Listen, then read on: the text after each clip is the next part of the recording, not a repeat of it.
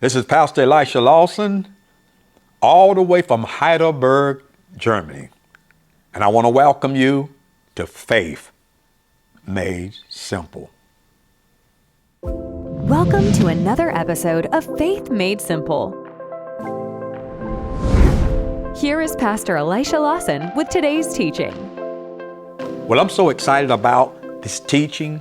This is part 4. I encourage you, if you haven't listened to part 1, part 2, part 3, that you listen to it in that order. That way you'll get the fullness of what this teaching was about. We're only dealing with 15 minutes at the most. May go a little bit over, but not too much over. We want to give you too much. We want to just feed you enough for you to be hungry to come back and hear another part of it. Well, this is part 4. And guess what? We're getting ready to move into more of what we've been teaching you. Now, this whole teaching, part 1, part 2, part 3, and part 4, is this here. Faithproof your marriage. And I say it in every one of them. When you go to the stores, they have products that says it's safe, waterproof. In other words, it's guaranteeing you that water cannot get in if you use this kind of material or this kind of equipment or whatever it may be. You may say it'll keep out different things. So this is what we're talking about. Faith-proof your marriage. It keeps out the things that comes to kill, steal, and destroy. Jesus said in John 10, he said, the thief cometh not but for to kill, to steal, and to destroy. Jesus said, but I have come that you might have life and have it more abundantly. So the enemy wants to come into your marriage and steal, kill, and destroy. And if you have children, it will affect them. Now, keep in mind, you may say, well, I'm not married. I was. Good that you're listening to this here, because one day you may want to marry again.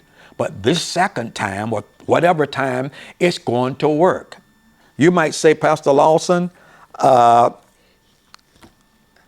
I'm not married yet. That's all right. You are in the right position. Thank God you're going to get this teaching before you get married. And you may say, Pastor Lawson, I am married. Well, thank God you have a husband and you have a wife. Now, let's get in the word so you will remain married. We're dealing with it, life-changing, simple. Remember, that's why we call it faith made simple. The simpler you understand faith, the more you'll see the greatest moves of God and changes and advancing in life through faith. Because without faith, Hebrews 11:6 says, it's impossible to please him. For he that cometh to God must believe that God is, and that God is a rewarder of them that diligently seek him. And Hebrews 11:1 tells you what faith is. First of all, we know faith is the word of God. But it says now faith is the substance of things that you are hoping for.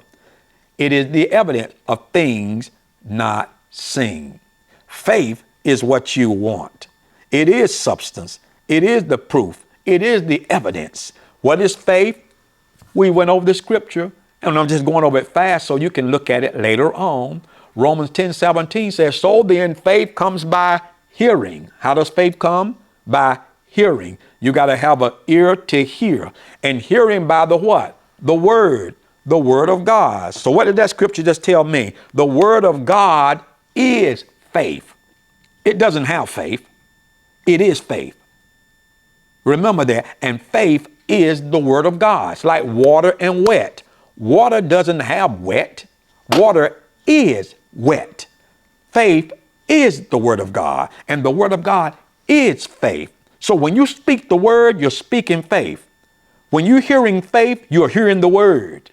The word of God is your substance, it's your proof, it's your evidence that you can have exactly what faith has said. Now you got to believe it. Believing is not faith. You got to understand what believing is. Romans tells us, Romans 10:8 says, for with the heart man believes. Talking about not your physical heart. You are a spirit being. You live in this body. It's talking about out of the real you in this body. For with the heart man believe unto righteousness. What is righteousness? The word of righteousness. What is the word? The faith of God, which is the righteousness of God and with the mouth. Here's believing. This is how you can tell whether you believe. With the mouth, confession is made. Confession is made unto salvation. Salvation doesn't only mean I'm born again. Salvation means all the promises that God has promised you through Christ Jesus. You can have them if you learn how to believe the word of faith that's coming to you. You will put it in your heart. You will speak it out your mouth, and then you will move in the direction of it, and it will come to pass. That's how faith is. It's simple, but yet it is powerful. Now we're talking about faith. Listen, it's very important. It's very important. This faith is proof. It proofs your marriage. It keeps the wrong things out. Now we're going to finish this up right now. Let's go back to it. We've covered a lot already. I encourage you to go back again and look at each part, and then it'll all come together. But we're going to pick it up. Ephesians chapter 5. Ephesians chapter 5. Now we left off at verse 28. Let me read that again. It says, so ought men to love their wives as their own body. Notice, you're the head, men. Your wife is your body. Just like Jesus is the head of the church, and we, men and women that are born again, are his body. He that loveth his wife loveth himself. If you love your wife, you love yourself. If you hate your wife, guess what, men? You hate yourself. Wives, if you hate your head, you hate yourself. The two of you are one. When Adam and Eve came together, he said, we're now bone and bone and flesh and flesh. We are one. One. You are one with your husband because you are in union now. But we all that are born again, male and female, if you accepted Jesus, we are one with Christ. So now we're going to pick up this last portion of it, and we're going to close it out with this here. Notice what it says in verse 29. For no man even yet hate his own flesh, but nourish it and cherish it, even as the Lord, the church. And we went over that. You take care of your body. Most men do. Most men love their body. They try to make sure it's healthy, make sure it's strong, and they try to cherish it in the sense that they want it to look nice and hang in there and live long. Well, even as the Lord, the church. He loves the church. So you need to love your wife like he loves the church. Verse 30, for we are members of his body. We are members of the body of Jesus Christ and of his flesh and of his bone. We are united with him. Those of you who are born again, you are a part of the body of Christ. Just like your natural body has fingers, you might be a finger, a knee, a elbow. It doesn't matter, but guess what? You're in the body. You're in the body. You're somewhere in the body. Jesus is the head. You're in his body. Well, guess what, husband? That wife is your body. And guess what, wife? Your head is your husband. And husband, we learn that you must be the one that will honor your wife. And so she can submit to you. You got to be acting like Christ, not like somebody outside of Christ. She can only submit to Christ. Now, here's what we got to look at now very quickly. Look what it says here now in verse 30. It says, for we are members of his body and his flesh and of his bone. Verse 31, for this cause, listen to it, for this cause shall a man leave his father and mother, and shall be joined unto his wife. That's what you do. You got married, you left your father and mother and joined to his wife, and they two shall be one. That's in Ephesians chapter 5, verse 31. You two, when you got married, the legal and proper way, you two, in the sight of God, are now one. Look what it says in verse 32. This is a mystery, a great mystery. But I speak concerning Christ and the church. Here's the mystery. What happened to Christ and his church, it's happened to you and your wife when you got married. Look what he says in verse 33. Nevertheless, this is very important. listen carefully, nevertheless, let every one of you in particular so love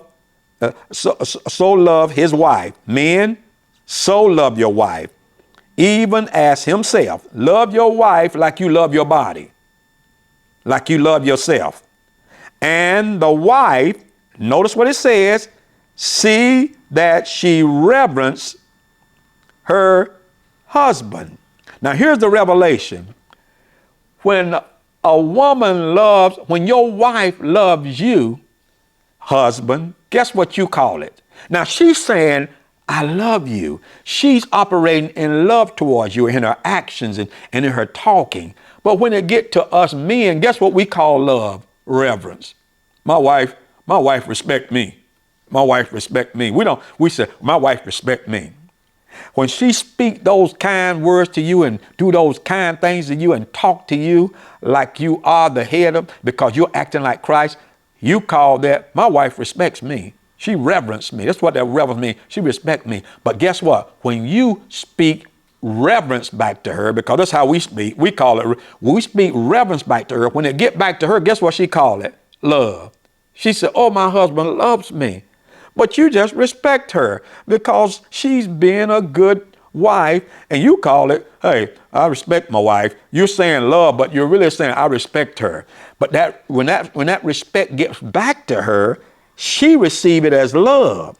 So guess what that verse says in verse 33? Nevertheless, let every one of you in particular so love his wife. Men, how do you love your wife?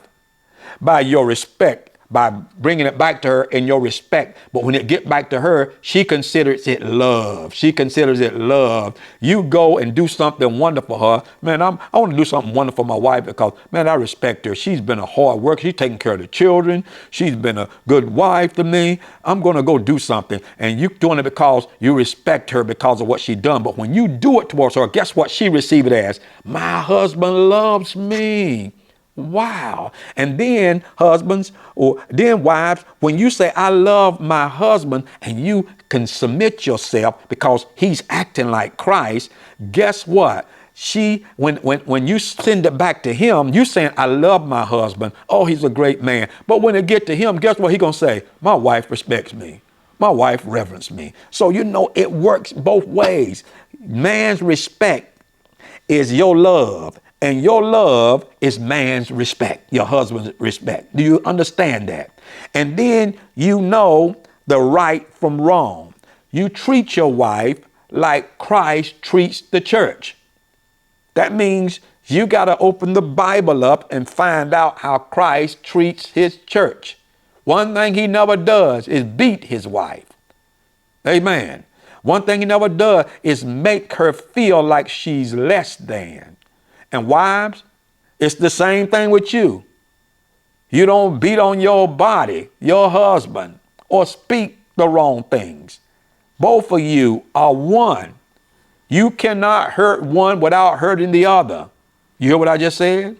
You cannot hurt one. I'll make him pay. He'll wish he never done. I'll make her pay. I wish she. You are talking to yourself.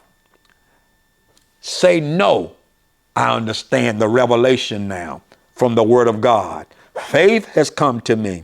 Faith has come to me, and I believe it. So I want to pray now on this last one first for every married couple. I want to pray also for those of you who are not married, but one day you want the right one to come into your life. And I want to pray for those of you who were married, but divorced. It didn't go right. It's not too late. Something good can still happen. This time, if you do get married, you'll know how to handle the marriage. Or if you go back to the same one and they're ready for it, you'll know how to get back in union. Father, I pray for every married couple, every single couple that one day will be married, and even divorced couples. I pray, Father God, that they hear this teaching and that they will operate in the position that they have been placed. The men are the head like Christ is the head to the church, and the wife is the body like the body of Christ, the church, is to Jesus, who is the head. I pray, Father God, if there's been any confusion in any marriages, I now speak to it in the name of Jesus. And I command the demonic powers and the wrong thinking and the selfishness that may happen at times between husband and wife to be removed from you. And I tell you, my brother or my sister, repent of what you've said against each other and be reunited and forgive each other and be made whole. And thank you for hearing this teaching in Jesus' name.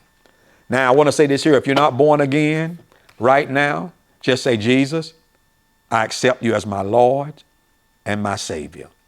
I believe you are the Son of God. You died for me, and I accept you now. Thank you for coming into my heart. I believe I'm saved, and I'm ready to grow. In Jesus' name, amen. Listen, here's my book. If you just said that prayer and you was never born again, or even if you are saved, but you just want to get the book, it's called Did I Really Get Saved? You can look down and you'll be able to see how to get it, and it'll be life-changing to you. Remember, this broadcast, we need to hear your comments. We need to hear how you like this here. So we'll be listening for you, and we are on YouTube. So make sure you share it with others. And remember one thing, keep it simple. Faith made simple. We're going to go into a whole new series after this fourth one here. Be ready for more. See you then. Bye in Jesus' name. Thank you for listening to the Faith Made Simple podcast. For more teachings, free resources, and materials, head over to www.jwoc.de. We would love for you to subscribe, rate, and leave a review if the teachings have blessed you. Until next time, remember, through faith we understand. Shalom.